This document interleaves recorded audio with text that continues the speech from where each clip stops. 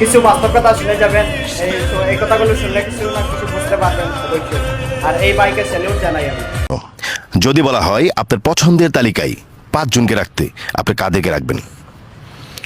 আমার বাবা, বাবা, আমার মা, ফাইন, আমার ভাই, ভাই, আমার বন্ধু বন্ধু, আর আমার বউ। আপনার বউ। Okay fine.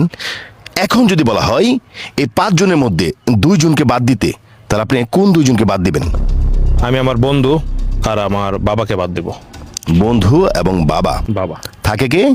আপনার স্ত্রী, আপনার মা এবং আপনার ভাই। ভাই ওকে, এই 3 জনের মধ্যে যদি বলা হয় আরো 1 জনকে বাদ দিতে হবে, তাহলে আপনি কাকে বেছে নেবেন?